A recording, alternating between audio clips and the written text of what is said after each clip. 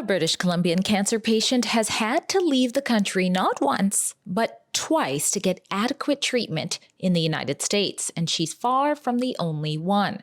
Today, Kristin Logan and her husband Donovan James join me to describe her dashes to survival, which involve literally fleeing from a Vancouver Island hospital to save her life.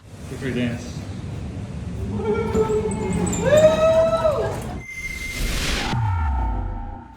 I've directed the health minister to work with the cancer agency to address wait times that are unacceptable for British Columbians.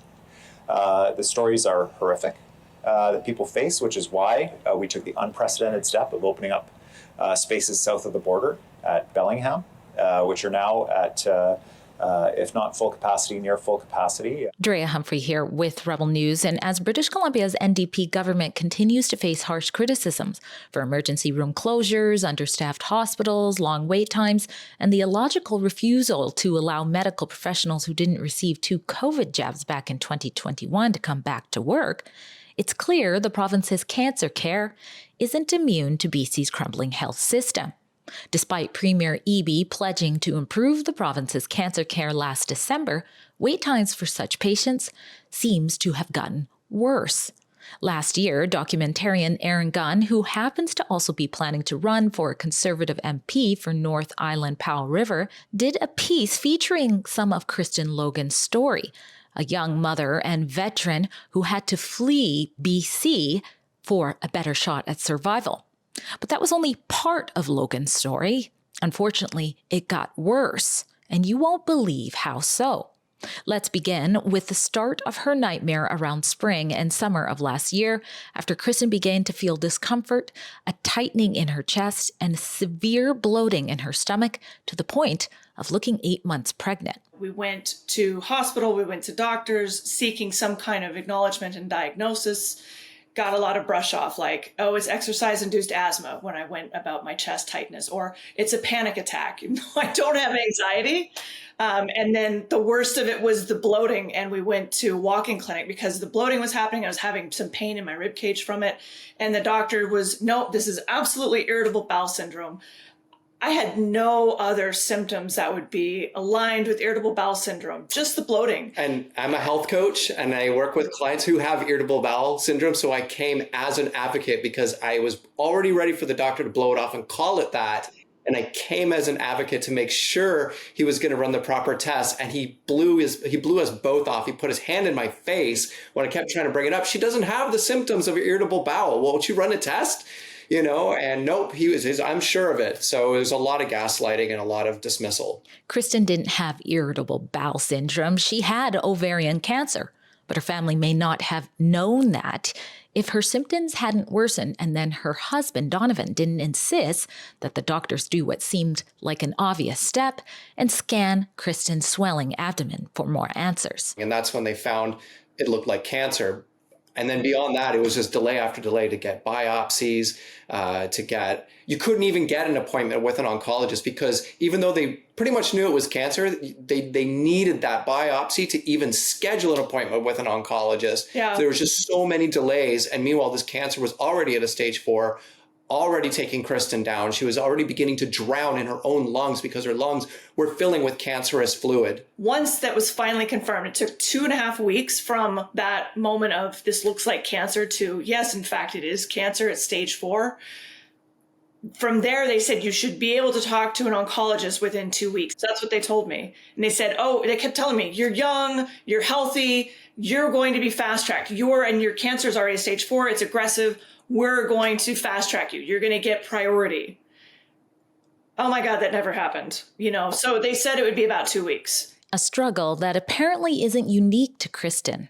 According to a report done by secondstreet.org, which looked at data beginning in April 2022, approximately 31,397 Canadians died while waiting for surgery or diagnostic scans in just over a year's time.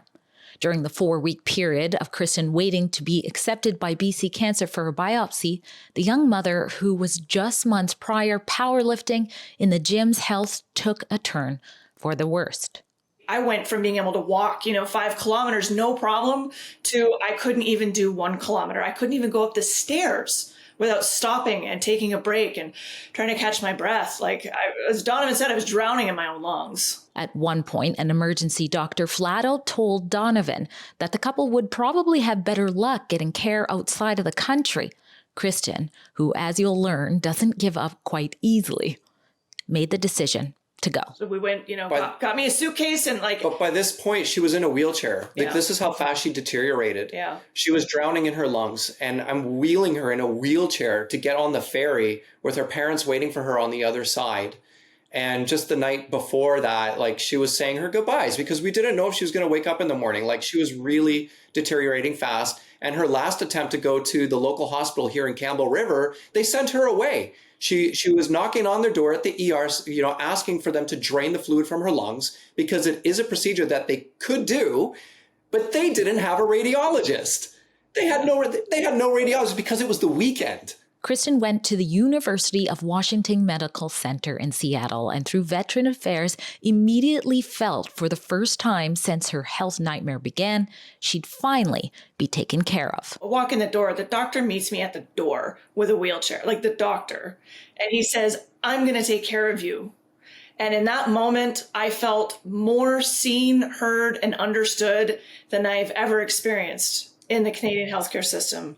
And I felt like my life actually mattered, like somebody actually gave a crap, whether or not I lived or died. They got me a referral, said, you can go anywhere you want. The best cancer treatment in the area is Fred Hutchinson, which is connected to University of Washington Medical Center. I got there and they treated me like gold. They took care of me. They got me in for chemo as fast as they could. And immediately after that first chemo treatment, I was feeling better. It was clear Kristin's life was being saved. But even as she was still in the battle, she became concerned with how BC's healthcare system would be treating others like her and skeptical of the Premier David Eby's promise that the situation would soon be better. I'm waiting for the evidence of that. So, what really got me was as I came out and said, BC Cancer took a while to get them going. And then they lost my referral for treatment. So I had talked to the oncologist. My referral was supposed to go to the Campbell River Hospital for treatment so I could come home, and be with my husband while I was getting treatment. They lost it. 5 weeks went by. So I went to the news and I said, this is what happened. They interviewed the Minister of Health and he said, basically, the system doesn't always get it right, but folks can complain. And that made me so angry. Like, how dare you? Not just for me. I'm lucky. I got out. I was able to save my own life because I had benefits in the States. But I knew of other people who had been hosed by BC Cancer. It's not just that it doesn't get it right. It's that it is failing on multiple levels. It's failing to get people diagnosed. It's failing to get people treatment in time. And that delay is causing worsened outcomes. Kristin's right. While NDP Health Minister Adrian Dix shrugs his shoulder at cancer patients and says here's a complaint form, many feel the BC Cancer Society that lost Kristin's referral and BC's healthcare system as a whole continues to fail tax-paying British Columbians, including Scott Piercy, who now runs a Facebook group called Canadian Healthcare, What You Don't Know Will Kill You, after his experience with fleeing BC to get proper care for colon cancer. April 2021, I went in for a PET scan, which was missed. I had a tumor in my right groin area that was missed by the radiologist, and the PET scan machine is basically one of the godsends of the cancer monitoring system. So the radiologist missed it at that time. In July of that year, same year, 2021, I went in for a usual scan. My usual radiologist said that they had missed the tumor and it had grown to 3.5 centimeters. In that time, he put me forward for radiation. Got in, took another month to get in for scan, a CT to set up the procedure for radiation. And then I finally got that in September. So in the time from August to July, I went to 5.5 centimeters in August and 8.5 in September by the time I was finally able to be treated. But in that time, I studied, went to a naturopathic doctor in Vancouver. He recommended a oncologist, radiologist in Germany, Dr. Thomas Vogel, that works at Frankfurt University. I got in touch with him and set up immediately. I sent him all my documents. He set me up for immediately after radiation treatment in Victoria at BC Cancer to start treating me over 5 months, flying back and forth to Frankfurt, Germany, the University of Frankfurt. I reached out to the head of BC Cancer's government-appointed Chief Medical Officer, Dr. Kim Chi, who was personally endorsed by Adrian Dix, to try and get some answers on what the agency is doing to prevent tax-paying British Columbians like Kristin and Scott from having to flee the province for cancer care. I didn't hear back. Perhaps that's because Dr. Kim Chi is too busy assaulting citizens whose medical opinions he disagrees with and getting away with it. Like I previously reported, a BC man named Alex Lazaroff claimed he did to him here. There is definitely not a psychological operation happening when you're convinced of a reality that's based on fear that has nothing to do with what's actually happening. You shut the You shut the up. You shut the I'm sorry. Get the shit like hey, you.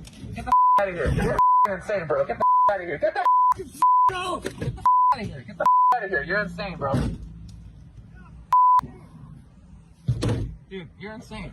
Get the away from this guy. Dude, get the out of here, man. I'm gonna kick you in the head. We're trying to wake people up because you've been psyoped. We love you people, but you've been psychologically, you're literally been psyoped. Wow. Okay, are you happy now? But remember I said Kristin fled BC not once but twice to get care? That's right. The part of Kristin's story that hasn't been told before is that after just a short span of 6 months, BC's healthcare system failed Kristin and her family a second time.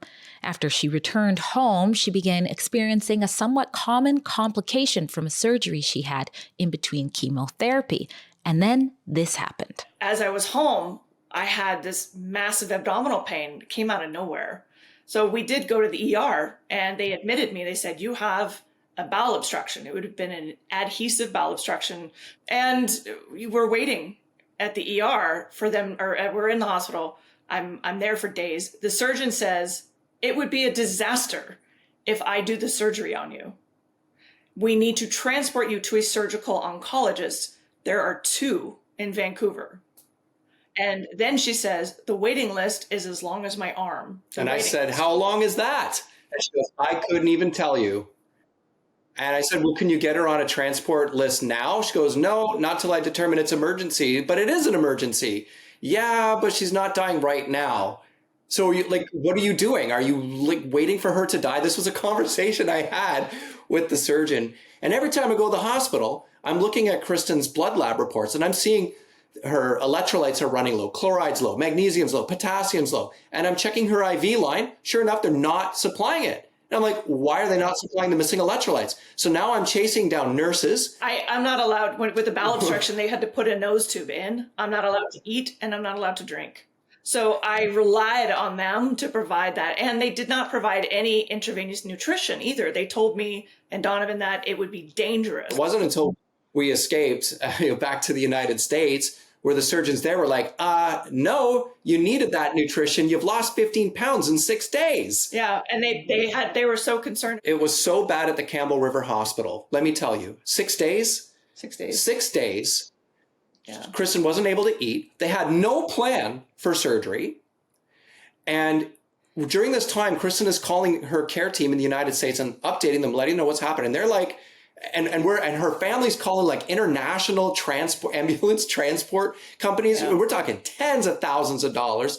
Most of them couldn't even do the job. Like, how do we get Kristin out of Canada and back to the United States? There was no way unless we were willing to literally unplug her from the machines and gun it down there by car. And that's what we ultimately had to do.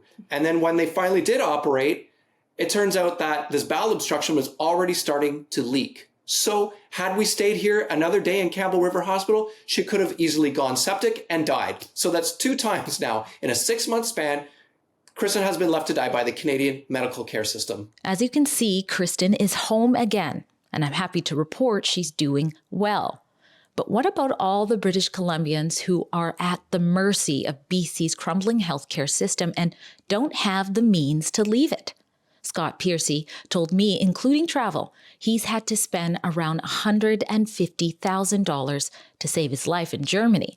And even though Kristin had some help from being a veteran, her family has had to go in pretty deep financially as well. So for the British Columbians who simply can't do any of that, will they just continue to fill out a Dick's recommended complaint form while saying goodbye to their loved ones? Or even worse, opt to end their own life through medical assistance in dying, like a Victoria man named Dan Quayle did, leaving his loved ones behind? Heartbroken for my mom, for his kids, my kids. It's devastating. And I know this isn't the only story, so it just feels heavy for everyone. I'm so broken. Drea Humphrey for Rebel News.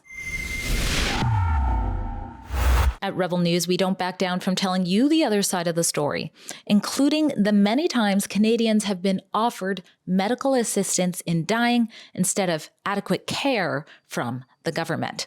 In fact, we have a tell-all documentary on just that. If you go to endmade.com, you can find out how to watch and even screen Made, the Dark Side of Medical Assistance in Dying. Again, that's endmade.com.